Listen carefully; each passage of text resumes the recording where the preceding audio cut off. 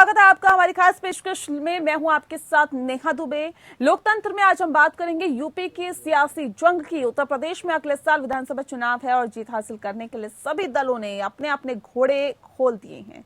सभी दल अपने अपने तरीके से जनता का दिल जीतने की कोशिशों में जुटे हुए हैं। जाति और धर्म के सहारे भी समीकरण साधे जा रहे हैं।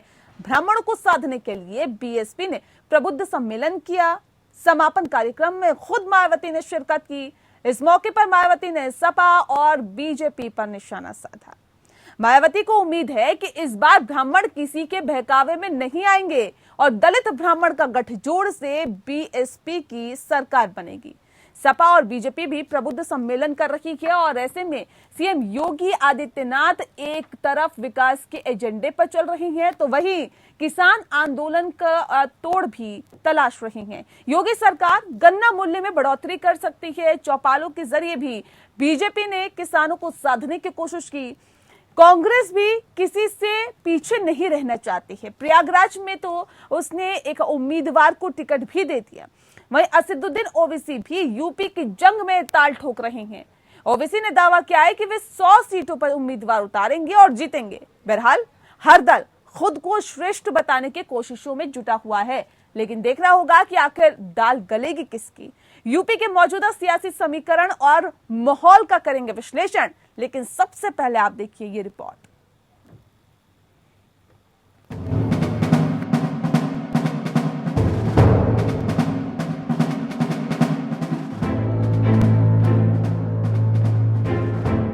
देश के सबसे बड़े राज्य यूपी में चुनाव होने वाले हैं। चुनाव को लेकर सभी दलों ने जातिवाद की राजनीति में धार देनी शुरू कर दी है। जाति और धर्म के नाम पर बूथ मजबूत करने में जुट गई हैं। चुनावी बयान में सभी पार्टियां खुद को सबसे बेहतर दिखाने में जुटी हुई हैं। सत्ता चाहिए तो सबको साथ लेकर चलना ही होगा। किसी एक जाति और धर्म के नाम पर कोई भी यूपी पर कब्जा नहीं कर सकता। दलित वोट की सियासत करने वाली मायावती अब फिर हाथी नहीं गणेश है, ब्रह्मा विष्णु महेश है का नारा दी। ब्रह्मा विष्णु महेश है, हाथी नहीं गणेश है, ब्रह्मा विष्णु महेश है। प्रबुद्ध वर्ग यानी ब्राह्मणों को लुभाने में लगी है ताकि चुनावी वैतरणी पार हो सके। बीएसपी के प्रबुद्ध वर्ग सम्मेलन में समापन समारोह में पहुंची मायावती ने दावा कर दिया कि 2007 की तरह इस बार भी यूपी में सरकार बनाएगी। यहाँ आगामी विधानसभा चुनाव में सन 2007 की तरह अपनी पूर्ण बहुमत की सरकार बनाने से कोई भी ताकत रोक नहीं सकती है। नोएडा से लेकर लखनऊ तक मूर्ति बनाने वाली मायावती ने कहा कि इस बार सरकार बनेगी तो मूर्ति और पार्क नहीं बल्कि यूपी की तस्वीर बदल देगी। मायावती के प्रबुद्ध सम्मेलन पर यूपी के मंत्री ब्रिजेश पाठक ने निशाना साधा। उन्होंने कहा कि बीएसपी के कार्यक्रम में टीकाधारी छंद ब्राह्मण जुटे हैं। ब्राह्मणों को साधने में बीजेपी किसी से पीछे नहीं दिखना चाहती। बीजेपी ने भी 2 दिन पहले प्रबुद्ध सम्मेलनों की शुरुआत की। वाराणसी में हुए प्रबुद्ध सम्मेलन में सीएम योगी विपक्ष पर जमकर बरसे। उन्होंने कहा कि आजादी के बाद भारतीयता से जुड़े लोगों को हतोत्साहित किया गया, लेकिन पीएम मोदी की अगुवाई में योग दिवस और कुंभ जैसे आयोजन को वैश्विक आयाम मिला है। प्रधानमंत्री मोदी जी ने देश और दुनिया के सामने एक एजेंडा इस रूप में प्रस्तुत किया। दुनिया के अंदर अपनी सनातन धर्म से जुड़ी हुई उन पहचान को एक नए वैश्विक मंच पर प्रस्तुत करने का जो तरीका है, चाहे वह योग को वैश्विक मंच पर उपलब्ध करा करके योग को विश्व योग दिवस के रूप में 21 जून की तिथि हो, या फिर कुंभ को दुनिया की एक अद्भुत सांस्कृतिक आध्यात्मिक घटना के रूप में प्रस्तुत करने का हो। ये सभी आयोजन अपने आप में अद्भुत है। जातीय समीकरण के साथ साथ बीजेपी विकास के मुद्दे पर चुनाव में उतरेगी। पीएम मोदी ने भी अपने मंत्रियों को चुनावी राज्यों में चल रही योजनाओं को जल्द से जल्द पूरा करने को कहा है ताकि वोट के वक्त जनता को याद रहे। योगी सरकार भी तमाम योजनाओं का पिटारा खोल रही है। राष्ट्रीय पोषण माह 2021 के कार्यक्रम में सीएम योगी ने कहा कि सरकार आंगनबाड़ी और आशा कार्यकर्ताओं का मानदेय बढ़ाने का संकेत दिए। किसान आंदोलन की काट के लिए भी बीजेपी ने चौपाल लगाई। वहीं गन्ने का मूल्य बढ़ाने की भी तैयारी चल रही है। सपा ने प्रबुद्ध सम्मेलन की भी शुरुआत बलिया से की थी। सपा ने खुद को ब्राह्मणों का सबसे बड़ा हितैषी बताया था। वहीं मैनपुरी में अखिलेश ने बीजेपी और आरएसएस पर जमकर निशाना साधा। अखिलेश यादव ने भाजपा को आरएसएस का राजनीतिक प्रकोष्ठ बताया और बीजेपी को देश दुनिया की सबसे झूठी पार्टी कहा। बीजेपी पॉलिटिकल आउटफिट है आरएसएस की, जैसे प्रकोष्ठ होता है, आरएसएस का प्रकोष्ठ है बीजेपी। भारतीय जनता पार्टी से बचो, इनके झूठ से बचो, इनके झूठे प्रचार से बचो। देश की और दुनिया की सबसे झूठी पार्टी अगर कोई है तो भारतीय जनता पार्टी। अखिलेश यादव ने मोदी योगी सरकार को महंगाई और बेरोजगारी पर भी घेरा। अखिलेश यादव पुराने बुजुर्ग नेताओं को भी पार्टी से जोड़ने में जुटे हैं, लेकिन नरेश अग्रवाल ने उनका ऑफर ठुकरा दिया। अग्रवाल ने दो टूक कहा कि अखिलेश यादव मेरे नेता नहीं हो सकते। यूपी की जंग जीतने के लिए कांग्रेस भी पूरा जोर लगा रही है। कांग्रेस ने प्रयागराज की शहर उत्तरी सीट पर अपने उम्मीदवार के नाम का ऐलान भी कर दिया। कांग्रेस वंशवाद और परिवारवाद के आरोप पर अब बीजेपी को ही घेरने की तैयारी में है। किसान आंदोलन से भी कांग्रेस को उम्मीदें नजर आ रही हैं। बिहार में मुस्लिम वोटरों को कुछ हद तक अपने पालने में करने वाले असदुद्दीन ओवैसी यूपी विधानसभा में ताल ठोक रहे हैं। ओवैसी ने दावा किया है कि वो 100 सीटों पर अपना उम्मीदवार उतारेंगे और जीतेंगे भी। ओवैसी ने सपा और बसपा पर निशाना साधते हुए कहा कि सभी पार्टियों ने सिर्फ मुसलमानों का इस्तेमाल किया। ओवैसी ने जेल में बंद बाहुबली नेता अतीक अहमद की पत्नी शाहिस्ता परवीन को भी पार्टी में शामिल किया। कि हम लोग आने वाले विधानसभा में 100 सीट पर लड़ने की पूरी तैयारी कर रहे हैं। मुरादाबाद से समाजवादी पार्टी के सांसद एसटी हसन ने ओवैसी पर निशाना साधा और कहा कि ओवैसी हो या बीजेपी, दोनों ध्रुवीकरण की कोशिश करते हैं। चुनावी मौसम में नेता जनता के दरबार में हाजिरी लगा रहे हैं, अपनी बातें जनता तक पहुंचा रहे हैं। ओवैसी यूपी चुनाव में अपनी किस्मत आजमा रहे हैं। देखना होगा कि ओवैसी के दावे में जनता कितना दम भरती है। माया के मायाजाल में जनता कितनी फंसती है, बीजेपी पर जनता कितना विश्वास करेगी, यह भी कहना मुश्किल है। Bureau report. तो उत्तर प्रदेश में जैसे जैसे चुनाव नजदीक आ रही हैं, तमाम राजनीतिक पार्टियों ने अपने अपने घोड़े खोल दिए हैं और लगातार कोशिश यही की जा रही है कि किसी भी तरह से जनता में अपनी पैठ को मजबूत किया जाए। आज इस विषय पे हम तफसील से चर्चा करेंगे। हमारे साथ खास मेहमान मौजूद हैं, उनसे आपका परिचय करा देते हैं। अश्विनी शाही जी हमारे साथ है, स्पोक पर्सन है बीजेपी के, यूपी से हमारे साथ जुड़े हैं। साथ ही साथ डॉक्टर अभिषेक राय जी हमारे साथ हैं, स्पोक पर्सन है सपा के।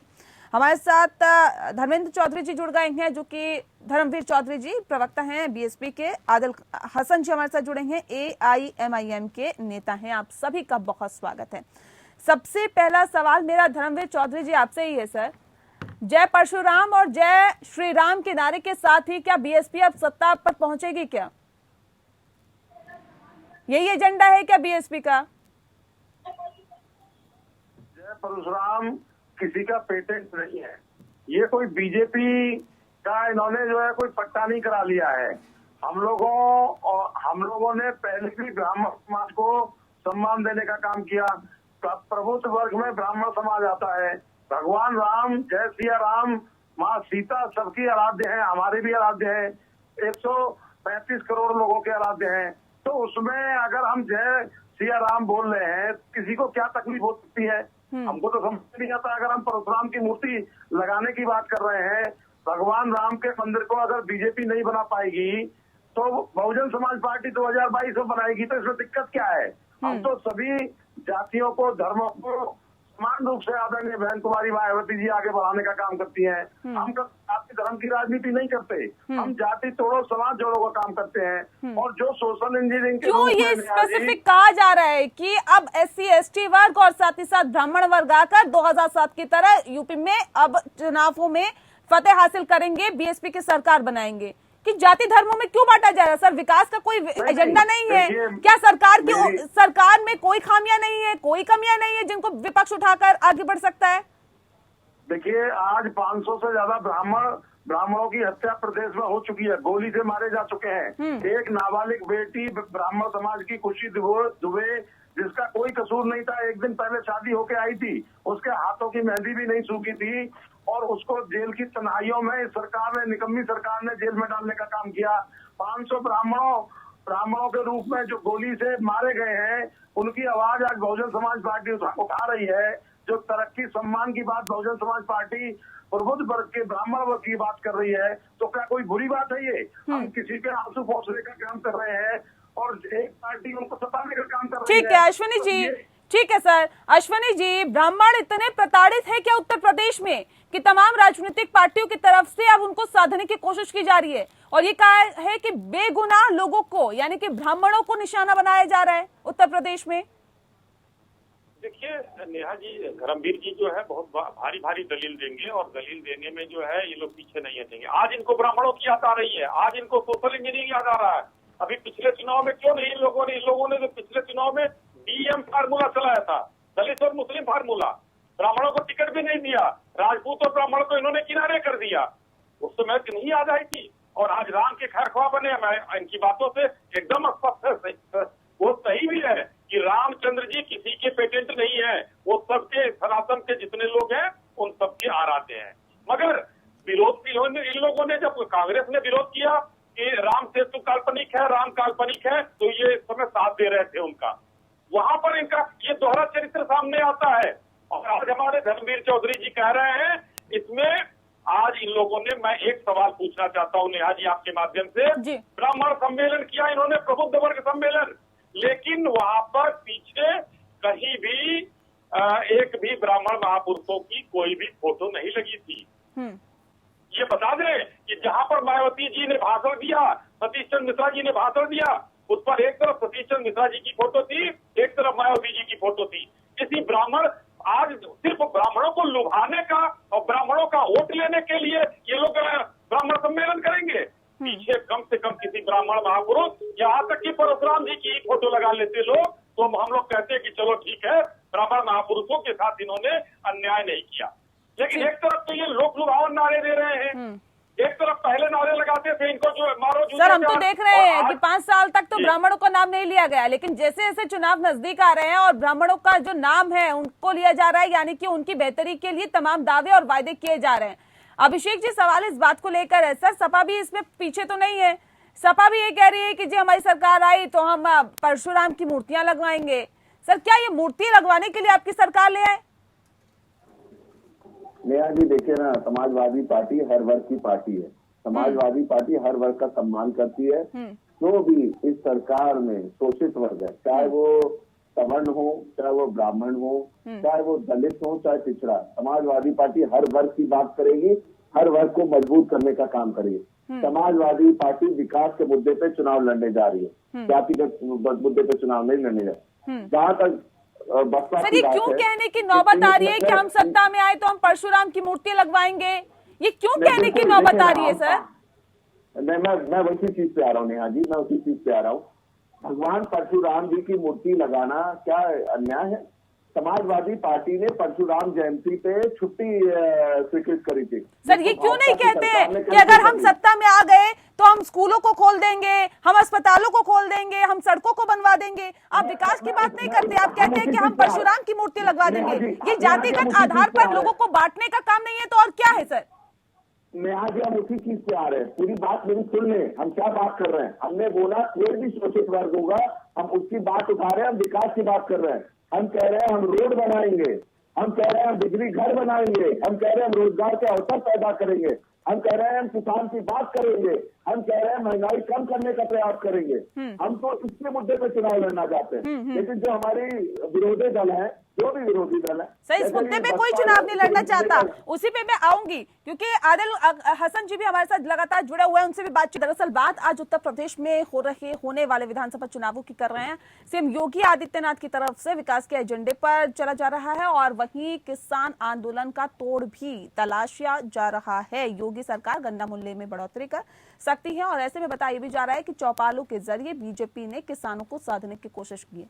एक तरफ किसानों को साधने की कोशिश की जा रही है तो वहीं दूसरी पार्टियों की तरफ से जहां कमियां रह गई क्या, उस कमियों को तोड़ने की कोशिश यहां पर की जा रही है, यानी कि ब्राह्मण वोटरों को साधने की कोशिश की जा रही है। AIMIM भी कहीं ना कहीं अपना हाथ आजमाने की कोशिश यहां पर कर रही है। इस विषय पे आज हम तफसील से चर्चा कर रहे हैं, खास मेहमान हमारे साथ मौजूद हैं। आपसे जानना चाहेंगे आदिल हसन जी, सर क्या वजह है कि अब AIMIM भी ये सोच रही है कि 100 सीटों पर वो विधानसभा चुनाव लड़ेगी? क्या उत्तर प्रदेश में भविष्य नजर आ रहा है? चलिए, लगता है संपर्क टूट गया है, लेकिन एक सवाल इस बात को लेकर है। आपसे जानना चाहेंगे अश्विनी जी, क्या वजह है सर कि सबको ऐसा लगता है कि बीजेपी से ब्राह्मण नाराज है? क्या बेवजह ब्राह्मणों को टारगेट किया गया है क्या? देखिए नेहा जी, यही एक भ्रम फैलाया गया है, विरोधी दलों के द्वारा ये भ्रम फैलाया गया है। और आज अभी धर्मवीर जी ने ओपनिंग रिमार्क में कहा आपने कि खुशी दुबे का नाम लिया उन्होंने। मैं अभी कहना चाहता हूँ, ये भ्रम फैलाना छोड़िए आप लोग। आप वहाँ पर वो मिश्रा जी जो सीओ थे, उनके परिवार के बारे में ये बात कीजिए, वो भी ब्राह्मण थे। संतोष शुक्ला जो थाने में मार दिए गए थे, वो भी ब्राह्मण थे। उनकी बात न धर्मवीर चौधरी जी करेंगे, न मायावती जी करेंगी, न सतीश मिश्रा जी करेंगे। उनको ब्राह्मण बताने में लोगों को शर्म आएगी, लेकिन खुशी दुबे को ब्राह्मण बताने में खुशी होगी, जहाँ मामला न्यायिक है। तो इसी तरीके का एक भ्रम फैलाया गया है। जैसे अभी हमारे सपा के साथी बोल रहे थे, सपा के साथी ने कहा हम सबको लेकर चलते हैं, अच्छी बात है, नाम इनका है समाजवादी पार्टी, लेकिन वहाँ क्या है, वहाँ परिवारवाद की पार्टी है, वहाँ सिर्फ परिवारवाद चलता है। हमारे अभिषेक भाई वहाँ पर कोई कुछ नहीं बनाए जाते हैं, क्योंकि उस परिवार के 60 से 65 लोग सब ठीक रहते हैं, वो सारे पदों पर वही रहते हैं। और ये पिछला 2-3 दशक से देखा जा रहा है, इसमें कुछ कहने की बात नहीं है। भारतीय जनता पार्टी एक ऐसी पार्टी है जो सबका साथ, सबका विकास और सबका विश्वास का नारा जो दिया है, उसको चरितार्थ करते हुए सबका प्रयास इस बार है। और हम लोग सबको साधने की साथ सबका आशीर्वाद लेंगे, और जो पहले मिला था और आगे भी मिलता रहेगा। ठीक है, ब्राह्मण किसी के बहकावे में नहीं आएंगे, इसलिए कहीं ना कहीं बीजेपी भी इस कोशिशों में लगी हुई है, लेकिन समाजवादी पार्टी भी सर पीछे नहीं है। डॉक्टर अभिषेक राय, सवाल इस बात को लेकर है कि क्या अब समाजवादी पार्टी भी प्रबुद्ध समारोह करेगी, सम्मेलन करेगी, जिसके जरिए ब्राह्मणों को साधा जा सके? देखिए नेहा जी, बहुत सीधी सी बात है। समाजवादी पार्टी हमने अपनी स्ट्रैटेजी हमने पहले ही बता दी। मैं भी प्रबुद्ध वर्ग से आता हूं, मैं डॉक्टर हूं। प्रबुद्ध वर्ग का मतलब होता है डॉक्टर, इंजीनियर, अध्यापक, वकील, जो पढ़े लिखे वर्ग हैं, समाज के वर्ग आते हैं। समाजवादी पार्टी इनको आगे बढ़ाने का काम करती है। आप देख ले हमारे प्रबुद्ध वर्ग में, तो हमारी पार्टी में कितने एमएलसी और क्या है। इस समय हम उत्तर प्रदेश विधान परिषद में मेजोरिटी में है, हमारे ज्यादा सदस्य हैं। सर सम्मेलन करेगी या नहीं करेगी, इस बात का जवाब दीजिए। जी, हम आ रहा हूं मैं उसी बात पे। हम हर वर्ग को मजबूत करेंगे, हम हर वर्ग को मजबूत करेंगे। जो दलित शोषित परेशान वर्ग है, हम हर वर्ग को मजबूत करेंगे, चाहे वो सवर्ण हो, चाहे वो दलित हो, चाहे वो पिछड़ा वर्ग हो, जिसके साथ ये सरकार अन्याय करती रही। इसीलिए मैं भी अश्विनी भाई की बात सुन रहा था। अश्विनी भाई को ये बताना चाहता हूँ, इनके तो प्रदेश अध्यक्ष है माननीय मुलायम सिंह जी से मिलने, नेताजी से हमारे, उन्होंने बोला अच्छा काम करते हो, आ जाओ समाजवादी पार्टी में। तो क्योंकि वो सारे पिछड़ों का काम वहां नहीं कर पाते, स्कूल पे बैठते हैं। जो पिछड़ों के इनके नेता हैं वो स्कूल पे बैठ जाते हैं, तो स्कूल मंत्री बना दिया है। तो उनके लिए माननीय मुलायम सिंह नेताजी ने कहा समाजवादी पार्टी में आ जाओ, आगे तक ऐसा हो गया, क्योंकि वो काम बढ़िया करते हैं। दूसरी बात मैं कहता हूँ, हम लोग हर जाति समाज का काम करेंगे, हम जनता के विकास का काम करेंगे, हम रोजगार देने का काम करेंगे, हम महंगाई कम करने का काम करेंगे। और जो इस अर्थव्यवस्था की रीत है, किसान लोगों ने परेशान कर रखा है भारतीय जनता पार्टी ने 9 महीने से सिंधु बॉर्डर पे। आज महापंचायत, ठीक है सर, ठीक है। धर्मवीर चौधरी जी, क्यों आप लोगों को ऐसा लगता है कि ब्राह्मण आप लोगों के साथ आ जाएंगे तो आपकी सरकार बन जाएगी? क्यों आप लोगों को ऐसा लगता है? और क्या नहीं आपको लगता है कि उन विकास के मुद्दों को उठाना चाहिए, या फिर मैं ये समझूं कि कुछ मुद्दे उत्तर प्रदेश में है ही नहीं, सरकार ने बहुत बेहतर काम किया है, इसलिए अब जातीय समीकरणों को साधते हुए, सोशल इंजीनियरिंग को आगे बढ़ाते हुए कहीं ना कहीं उसको और तवज्जो दी जा रही है? क्या कोई मुद्दे नहीं है प्रदेश में?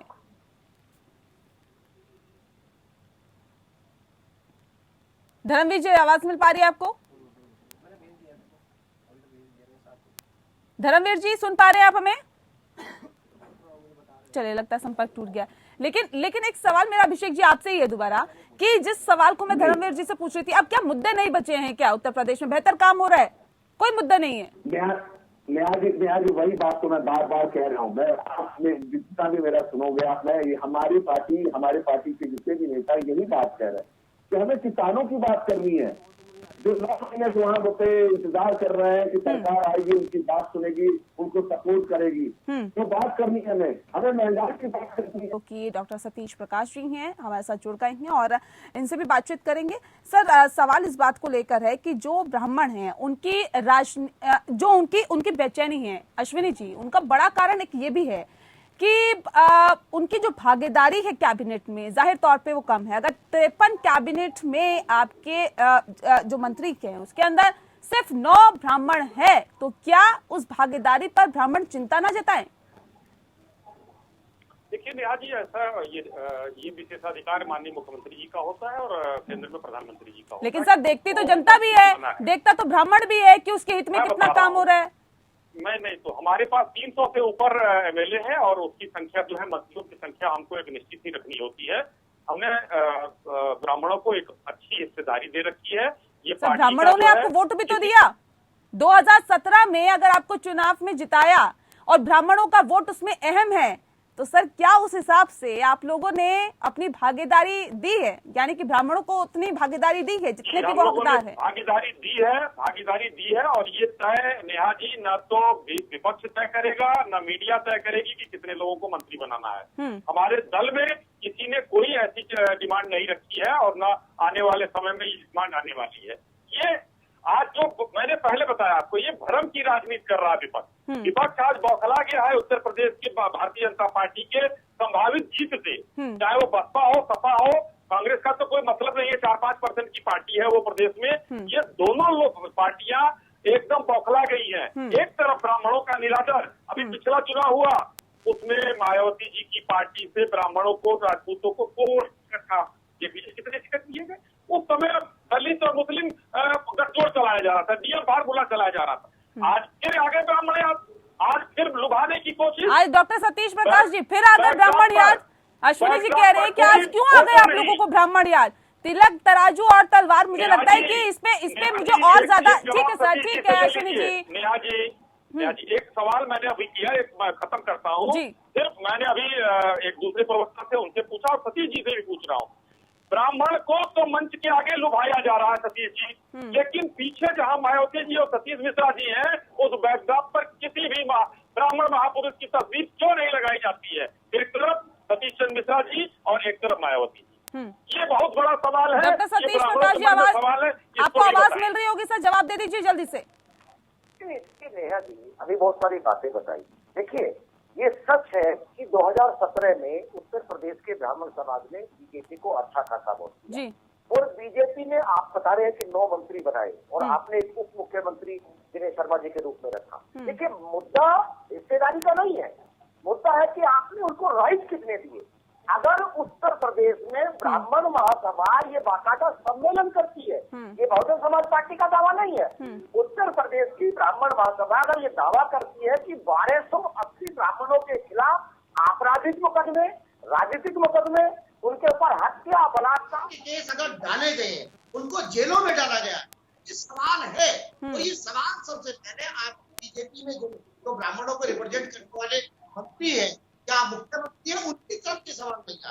नेहा जी, देखिए, तो यहाँ ब्राह्मणों को ललचाने का या ब्राह्मणों के वोट पाने से नहीं है, क्योंकि ब्राह्मण भी समाज का हिस्सा, उनको भी रोजी रोटी चाहिए, उनको भी अच्छी शिक्षा चाहिए, उनको भी अच्छा तो स्वास्थ्य व्यवस्थाएं चाहिए। हमको ऐसा लगा कि पूर्वांचल में योगी जी एक जाति विशेष के मुख्यमंत्री बन करके आप पूर्वांचल में जिस तरह के ब्राह्मण के भोले भाले बच्चों को राजनीतिक अपराध घटाने के नाम पर राजनीतिक अपराध में आप उलझा रहे हैं, ये गलत है, आपको बोलना चाहिए। और मेरा मानना ये है कि उत्तर प्रदेश में बहुजन समाज पार्टी की जब 4 बार सरकार बनी तो हमने हर वर्ग का ध्यान रखा, ब्राह्मण नहीं, तमाम वर्गों का ध्यान रखा, हर धर्म के लोगों का ध्यान रखा। और बहुजन समाज पार्टी ने कानून व्यवस्था को संभालने के लिए हमने ये नहीं देखा कि अपराध करने वाले की जाति है, किसी भी अपराधी की बिना जाति और बिना धर्म को देख करके हमने कार्रवाई की। और उसका परिणाम ये है कि बहुजन समाज पार्टी की सरकार में पूर्ण रूप से उत्तर प्रदेश में कहीं ना कहीं अपराध मुक्त रहा। जहाँ तक सत्ता साधन की बात है, हिस्सेदारी हमने सबको दी, चाहे ठाकुर बनिया ब्राह्मण कोई भी व्यक्ति। और आप इस तरह के नारे की बात कर रहे हैं, ये बड़ी पुरानी बात है, ये आरएसएस की फैलाए हुए काम है। सर, ये पुरानी बात है, तो यानी कि वक्त के साथ साथ विचारधारा बदल जाती है क्या? मैं ये लेके चलूं क्या? वक्त के साथ साथ विचारधारा बदल जाती है क्या? यह राजनीतिक मजबूरियां हैं सर, क्या है ये? देखिए नहीं, देखिए नेहा जी, यहाँ विचारधारा बदलने का मतलब, देखिए सुनिए, यहाँ एक पीड़ित ब्राह्मण की आवाज इस देश का दलित नहीं बन सकता। क्यों नहीं बन सकता? कोई भी पीड़ित व्यक्ति हो, हम अम्बेडकरवादी लोग हैं, हम मानवतावादी लोग हैं, ये हमारी नैतिक जिम्मेदारी है। हम तमाम लोगों को यही तो बता रहे हैं कि ये बीजेपी किसी वर्ग विशेष की पार्टी नहीं है, बीजेपी किसी वर्ग विशेष के मुख्यमंत्री नहीं है। हम योगी जी को यही बात दिला रहे हैं कि योगी जी, आपका राजधर्म ये है कि आप उत्तर प्रदेश की जनता के मुख्यमंत्री हैं, आप यहाँ के हिंदुओं के भी मुख्यमंत्री हैं, आप मुस्लिम के भी मुख्यमंत्री हैं, और तमाम जातियों के मुख्यमंत्री हैं, और तमाम जातियों के तमाम जनता का मुख्यमंत्री होने के नाते आपकी ये नैतिक जिम्मेदारी है। आप अगर रोजगार के मामले में देखेंगे, ठीक है, बांदा के एग्रीकल्चर यूनिवर्सिटी में जाकर के देखिए ना, 15 में से 11 नियुक्ति योगी जी ने अपनी जाति के लोगों को दे दी। अगर आप उत्तर प्रदेश में, अभी मैं आपको एक लेटेस्ट डाटा बताता हूँ, आती हूँ सर, मैं उस विषय पे भी मैं आती हूँ सर, क्योंकि ये विषय भी जाहिर तौर पर उठाना बहुत जरूरी है। सही कह रहे हैं आप डॉक्टर अभिषेक। सवाल इस बात को लेकर, अभिषेक राय जी, मुझे ये बताइए कि अब भाजपा भी, जैसा कि आप लोगों का कहा जाता है कि एमवाई समीकरण साधने की कोशिश समाजवादी पार्टी की तरफ से की जाती है, आप ब्राह्मण वोट साधने की कोशिश कर रहे हैं। बीजेपी का ये कोशिश है बीजेपी की तरफ से कि विधानसभा क्षेत्र में करीब 5000 मुस्लिम वोटों पर कब्जा किया जाए, उन तक पहुंचने का लक्ष्य बीजेपी की तरफ से निर्धारित किया गया है। कैसे देखते हैं, और क्या नहीं लगता कि उस वोट बैंक को आपको भी मजबूत करने की कोशिश करनी चाहिए जो ऑलरेडी आपका है? देखिए, मैं बहुत सीधी सी बात नेहा जी बोल रहा हूँ, हमारा वोट बैंक जहाँ भी है हम लोग बहुत मजबूत हैं। हम जनता के हर समाज का सपोर्ट समाजवादी पार्टी को मिल रहा है। इसका आईना अभी आपको पंचायत चुनाव में दिखा दिया, जहाँ पे समाजवादी पार्टी जहाँ पहले से चुनाव हुआ वहाँ नंबर 1 थी। दूसरी बात, अभी मैं अपने बसपा के मित्र को सुन रहा था, तो उन्होंने बहुत सारी बातें कही। इन्हीं का नारा था, तिलक तराजू और तलवार इनको मारे जूते चार। 2017 में इन्होंने नारा दिया, हाथी संग बजाएगा और अगर मैं आपको ब्राह्मण संग बजाएगा, हाथी बढ़ता जाएगा। आपके घर में, आपके परिवार में, सतीश जी सुन तो लीजिए, सतीश जी सुन तो लीजिए, सतीश जी मैं आपके बीच में नहीं बोल रहा था ना, मैंने बोला ना 2017 में इनका नारा था कि हाथी संग बजाएगा और ब्राह्मण संग बजाएगा, हाथी बढ़ता जाएगा। 2019 में इनका नारा हुआ कि ब्राह्मण उत्पात मचाएगा, हाथी बढ़ता जाएगा।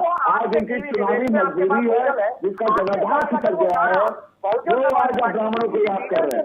दूसरी बात, सतीश जी चाहते हैं सुनते हो, जवाब कर देना, सवाल पूछ रहा हूँ मैं आपसे, सुन लेते हैं पहले, ठीक है सतीश जी सुनना सीखो, सवाल पूछ रहा हूँ। ठीक है। दूसरी बात, हमारे अश्विनी भाई कह रहे थे अभी सरकार की बात कर रहे हैं, मुझे कोई दिक्कत नहीं है, लेकिन हम सरकार की बात कर रहे हैं नेहा जी, सरकार की बात कर रहे हैं। मुस्लिम वोट बैंक में क्या सेंध लगाने की कोशिश कर रही है बीजेपी, इसका भी जवाब दे दीजिए। मैं उसी चीज के जवाब पे आ रहा हूँ। मैं आपसे मैं अश्विनी भाई से सवाल पूछना चाहता हूँ। इन्हीं के विधायक है राजू मोहन दास अग्रवाल जी, विधानसभा में उन्होंने अपनी सरकार से सवाल पूछा कितनी ब्राह्मणों की हत्याएं हुई हैं। तो अगर ब्राह्मणों पर अत्याचार नहीं हो रहा था तो इन्हीं के विधायक को ये पूछने की जरूरत क्या पड़ी, पहली बात। दूसरी बात मैं पूछना चाहता हूँ, जब भगवान परशुराम जी की जयंती पे समाजवादी पार्टी की सरकार ने छुट्टी दी थी, तो उस छुट्टी को क्यों निरस्त किया गया? अगर हम इनको भगवान परशुराम और राम में अंतर नहीं है समझ में आता। भगवान परशुराम विष्णु जी के छठे अवतार थे। आज इन्होंने कान्हा स्टेडियम का नाम जो विष्णु जी के नाम पे रखा हुआ था, उसे माननीय सर्वमान नेता, सर्व दलों के मुसलमान नेता अटल बिहारी पे रख दिया, उससे हमें कोई कष्ट नहीं। लेकिन अगर ये इन्हीं की बात करते हैं तो उनका नाम क्यों बदल दिया? अपने किसी काम पे बदल। ठीक है, रिएक्शन ले लेते हैं, फिर लौटूंगी सर, मैं आपको फिर टाइम दूंगी। अश्विनी जी जल्दी से जवाब दीजिए कि जब विपक्षी दल आवाज तो सर उठाएंगे ही ना, जब आपके दल के नेता ही आवाज उठा रहे हैं तो ब्राह्मणों पर अत्याचार क्यों? जी जल्दी से। देखिए, मैंने अभी सवाल पूछा, उस सवाल का जवाब सतीश जी ने नहीं दिया, लेकिन मैं अभिषेक भाई के सवाल का जवाब दूंगा। इन्होंने कहा छुट्टी रद्द कर दिया गया, तो छुट्टियां बहुत सी रद्द की गई, इसमें परशुराम जयंती भी रद्द की गई और महाराणा प्रताप जयंती भी की छुट्टी रद्द की गई। ये दोनों छुट्टी रद्द की गई। ये अब देखिए, अभिषेक भाई बोल ले दीजिए, ये दोनों छुट्टियां रद्द की गई, उसके अलावा और भी छुट्टियां रद्द की गई। तीसरी बात मैं बताना चाहूंगा कि आज के दिन में बहुजन समाज पार्टी का जो भी नारा हो, ऑफ इनको लुभाने की कोशिश की जा सकती है। लेकिन इनका जब गठन हुआ उसके बाद से जो नारा था इन मनुवादियों का, ये मनुवादी कौन थे? आज वो ब्राह्मण क्या मनुवादी नहीं है? जिनके लिए आप जो है सारे बाहें फैलाए बैठे हैं, वो मनुवादी नहीं रहे? आप क्यों नहीं रहे भाई? मौका किसने दिया सर? मौका किसने दिया? मौका किसने दिया सर? मैं आ रहा हूँ, मैं उसी पर आ रहा हूँ।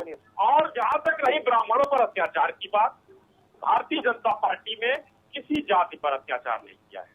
हाँ, अपराधी अगर है वो उसकी खुद जांच नहीं होती है, उसको मारने का काम किया है, उसको पकड़ने का काम किया है।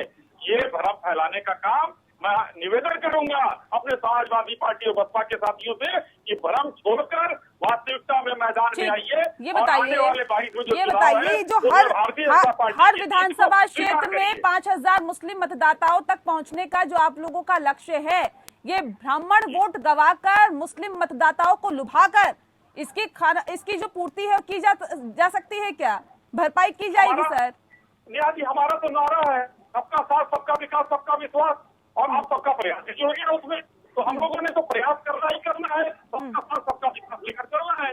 हमें कहीं किसी को नहीं छोड़ना है और न छोड़े हैं। 23 करोड़ की बात करते हैं उत्तर प्रदेश में कर्मयोगी मुख्यमंत्री आदित्यनाथ जी, और देश में 135 करोड़ की बात करते हैं माननीय प्रधानमंत्री जी। तो हम लोग तो सबको, पूरा देश हमारा है, पूरे देश के वो प्रधानमंत्री है, पूरे प्रदेश के मुख्यमंत्री हैं। जब पार्टी की बात आती है तो हम सबको लेकर चलेंगे और सबका आशीर्वाद मिला है नेहा जी, तभी 300 से ऊपर हमको सीट मिली। सर वो तो आशीर्वाद मिला है, नहीं मिला है। 2017 में तो मिला, लेकिन अब 2022 में मिलेगा या नहीं मिलेगा ये तो आने वाला वक्त बताएगा ना सर। ये तो जनता जनार्दन सर्वोपरि है सर, उसी को डिसाइड करना है, उन्हीं को डिसाइड करने दीजिए, छोड़ दीजिए उनके ऊपर। तंत्र आप देख रहे हैं, खास मेहमान लगातार हमारे साथ मौजूद है। एक सवाल बहुत अहम हो जाता है क्योंकि ब्राह्मणों को साधने की कोशिशों में लगातार पार्टियां लगी हुई है, एड़ी चोटी का जोर लगा रही है। आपसे मैं जानना चाहूंगी सतीश जी, ये बताइए कि अगर आपकी सरकार सत्ता में आ जाती है, क्योंकि कहा जा रहा है कि दलित प्लस ब्राह्मण दोनों को साधते हुए सरकार बनाया जाएगा, यानी कि दोनों के वोट बैंक से ही सरकार बनाया जाएगा। अगर नहीं बनती, पूरा ब्राह्मण नहीं आता, क्या किया जाएगा? देखिए नेहा जी, एक बात को आप बता सकते हैं, मान्यवर काशीराम ने स्पष्ट कहा है कि जितनी जिसकी संख्या बढ़ी उतनी उसकी हिस्सेदारी। तमाम वर्ग, चाहे वो ब्राह्मण हो, चाहे वो गैर ब्राह्मण हो, चाहे वो अगड़ा हो, चाहे वो पिछड़ा हो, चाहे वो दलित हो, चाहे मुस्लिम हो, चाहे सिख हो, कोई भी व्यक्ति हो, देखिए सत्ता वही अच्छी है, देखिए बगिया वही अच्छी है जिसमें सब तरह के फूल खिलते हो। और भारतीय लोकतांत्रिक व्यवस्था की यही तो खूबसूरती है कि तमाम वर्गों की एक राजनीतिक रिप्रेजेंटेशन होना चाहिए। तो अभी एक बात कह रहे थे, मनुवाद की बात जो कह रहे थे, देखिए मनुवाद को इतना जल्दी छोड़ दिया जाए, वो शराब है, वो हिंदू धर्म की शराब है, और ये देश मनुवाद से भी चलता है, ये भारतीय संविधान से चलता है, बाबा साहब से बनाए हुए संविधान से चलता है। अब ये पुरानी बातों को छोड़ करके आधुनिक सोच के साथ आगे बढ़ना पड़ेगा। अब ये अब मैं आपको इसलिए कह रहा हूँ कि ब्राह्मण है, आपके हमको आगे बढ़ना पड़ेगा। 70 साल हो गए, हर व्यक्ति चाहे वो ब्राह्मण हो, चाहे वो आपकी सरकार सर बनती है तो ब्राह्मणों के लिए क्या किया जाएगा, ये भी तो स्पष्ट कर दीजिए सतीश जी। ऐसे नहीं, आपकी सरकार सर, आप राजनीतिक दल से हटिए, ठीक है, कोई भी व्यक्ति, ठीक है, भारतीय होने के नाते, एक नागरिक होने के नाते हर किसी का बच्चा यही मांग करेगा। और सरकारों की ये मजबूरी रहेगी कि सरकार जनता के हितों की ध्यान रखते हुए एक राजनीतिक द्वंद्व में आप बहुत दिन तक लोगों को फंसा के नहीं रख सकते। सर, उत्तर प्रदेश की सियासत में 13% ब्राह्मण वोट बैंक है, और जहां ये वोट बैंक जाता है या जहां ब्राह्मण जाते हैं, कहा यह जाता है कि उसकी सरकार बनती है। मेरा सीधा सा सवाल आपसे है कि अगर आपकी सरकार बनी तो ब्राह्मणों के लिए क्या किया जाएगा, ये तो बता दीजिए। नहीं देखिए नेहा जी, निश्चित रूप से देखिए ये अत्याचार जो बीजेपी की सरकार में ब्राह्मण वर्ग के खिलाफ जो हो रहा है, ये राजनीतिक अत्याचार हम नहीं होने देंगे, बिल्कुल नहीं होने देंगे। और हर व्यक्ति चाहे किसी भी वर्ग का हो, हमने 6.5 लाख में से सुनिए, मैं पार्टी विशेष की बात नहीं करूंगा, देखिए लोकतांत्रिक व्यवस्था में चाहे बीजेपी की सरकार हो, चाहे सपा की सरकार हो, या बहुजन समाज पार्टी, किसी भी सरकार को काम करने का 5 साल का मौका मिलता है। 4.5 साल आपने गंवाए, हमको सत्ता ठीक है, आज रैली में कहा आप बस अत्याचार नहीं होने देंगे, ये कह रहे हैं ना? मैं समझ गई सर, आप अत्याचार नहीं होने देंगे, ठीक है, ये कह रहे हैं ना सतीश जी? ठीक है। रोजगारों हमने उत्तर प्रदेश में रोजगार दिए, कानून व्यवस्था को आप सुनिए, आप कुछ कह रही थी। आपका ये कहना है कि हम अत्याचार नहीं होने देंगे, उसके अलावा कुछ नहीं करेंगे आप? सुनिए सुनिए सुनिए सुनिए, लेकिन हम हर वर्ग का ध्यान रखेंगे, चाहे वो महिला हो, कोई भी वर्ग हो। देखिए भारतीय संविधान ये कहता है कि कोई भी पीड़ित व्यक्ति, अयोध्या से इसकी शुरुआत की गई और उसके बाद प्रबुद्ध सम्मेलन का ये पूरा ये जो नैतिक जिम्मेदारी बात है। भारतीय संविधान ये कहता है कि सरकार को कोई भी व्यक्ति जो कमजोर है उसके साथ पहले खड़ा होना चाहिए। आज बहुजन समाज पार्टी ब्राह्मण समाज की आवाज इसलिए बनी हुई है, हमको ये महसूस हुआ। सर, ये कैसे जनता विश्वास कर ले, ब्राह्मण कैसे विश्वास कर ले? अभी आपने कहा वो जो नारा था, सुन लीजिए सर, ऐसे नहीं ना, आपने कहा वो नारा था, वो तो पुराना हो गया, लेकिन जिस तरह से आप लोगों की विचारधारा बदलती है, आपके शब्द बदलते हैं, आपकी बोली बदलती है, ऐसे ही सरकार बनने के बाद फिर बदल गई तो फिर क्या करेगा ब्राह्मण समाज? ये भी तो एक बड़ा सवाल है। नहीं, ये भी एक बड़ा सवाल है सर। अश्विनी जी कुछ कहना चाह रहे, सुन लेते हैं, फिर मैं डॉक्टर अभिषेक राय का रुख करूंगी सर। ठीक है, ठीक है, मेरे पास वक्त की कमी है सर, मुझे सबको मौका देना है। डॉक्टर सतीश प्रकाश जी, ब्राह्मण का भी ध्यान रखना। देखिए सुनिए, ये नैतिक सतीश भाई एक सवाल और ले लीजिए, अभी से था हमारा, थोड़ा सा जोड़ देता हूँ, जवाब दे दीजिएगा। एक तो आपने छोड़िए पुरानी बातें हम छोड़ देते हैं, आपके हिसाब से हम छोड़ देते हैं, लेकिन दो बातें तो नई है, इसका जवाब चाहिए जनता को। पहला तो एक मैंने सवाल पूछा, उसको आपने एकदम टाल दिया, नेग्लेक्ट कर दिया कि पीछे होर्डिंग में क्यों नहीं किसी ब्राह्मण की, महापुरुषों की फोटो लगी थी। दूसरा सवाल, अभी कुछ दिन पहले जब भारत सरकार ने SC/ST एक्ट में संशोधन किया तो ब्राह्मण संगठनों ने विरोध किया, तो सबसे पहला मायावती जी का बयान आया था और उन्होंने कहा था ये ढकोसला कर रहे हैं ये संगठनों का विरोध किया था उन्होंने। तो आखिर क्यों आज फिर प्रेम क्यों? ये दो सवाल। एक मिनट देखिए, अगर 70 साल बाद भी इस देश में SC/ST कानून काम कर रहा है, ये सवाल है। कोई भी पीड़ित व्यक्ति अगर किसी की बेटी के साथ बलात्कार हो जाता है, बलात्कार करने वाला चाहे किसी भी जाति का हो, देखिए सुनिए, जाति की सबसे ज्यादा जरूरत कहाँ पड़ती है आप मुझे बताइए ना? शादी विवाह का टाइम में पड़ती है ना, लेकिन ये भी कड़वी सच्चाई है कि शादियां भी जातियों में नहीं होती। वहाँ एक गरीब आदमी, एक ही जाति का गरीब आदमी किसी अमीर, ठीक है सर, ठीक है, मेरे पास वक्त की कमी है। नहीं डॉक्टर अभिषेक, ठीक है सर, ठीक है, ऐसे नहीं। अभिषेक जी, सवाल इस बात को लेकर है सर, AIMIM भी ताल ठोक रही है मैदान में, BSP भी लगातार अपने मुस्लिम वोट बैंक और साथ ही साथ दलित और साथ ही साथ ब्राह्मण सभी को लेकर चलने की कोशिश की जा रही है। अब बीजेपी की तरफ से भी हर क्षेत्र में, हर विधानसभा क्षेत्र में 5000 मुस्लिम मतदाताओं तक पहुंचने की कोशिश की जा रही है। अब SP की अगर हम बात करें तो किस तरह का एजेंडा रहेगा आगे और किस तरह से अपने वोट बैंक को और मजबूत करने की कोशिश की जाएगी सपा की तरफ से?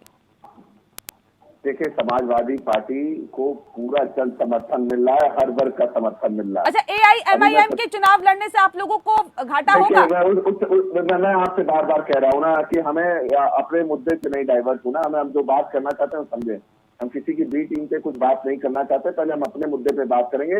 हम क्या जनता से वादा करने जा रहे हैं? हम जनता से विकास के मुद्दे पे लड़ने जा रहे हैं, किसान के मुद्दे पे लड़ने जा रहे हैं, महंगाई के मुद्दे पे लड़ने जा रहे हैं, रोजगार के मुद्दे पे लड़ने जा रहे हैं, फॉरेन इन्वेस्टमेंट का उत्तर प्रदेश में वो करने के मुद्दे पे लड़ने जा रहे हैं, एक्सप्रेस वे बनाने पे लड़ने जा रहे हैं, उत्तर प्रदेश को उत्तर प्रदेश बनाने का प्रयास करने पे लड़ने जा रहे हैं। हम जनता से जुड़े हुए मुद्दे उठाएंगे, जो भी शोषित समाज है, चाहे वो किसी वर्ग का हो, चाहे वो अति पिछड़ा हो, दलित हो, चाहे वो सवर्ण हो। ये बहुत बढ़िया बात आपने कही है कि तमाम जाति धर्मों से ऊपर उठकर विकास के मुद्दे पर लड़ना चाहिए और जो सरकार की खामियां कमियां हैं उसको उजागर करके लड़ना चाहिए, क्योंकि जनता पे सबसे ज्यादा प्रभाव डालता है तो जाति धर्म नहीं बल्कि ये तमाम मुद्दे डालते हैं। बहरहाल बहुत शुक्रिया आप सभी मेहमानों का हमारे साथ इस खास चर्चा में शामिल होने के लिए। इसी के साथ लोकतंत्र में इतना ही। नमस्कार।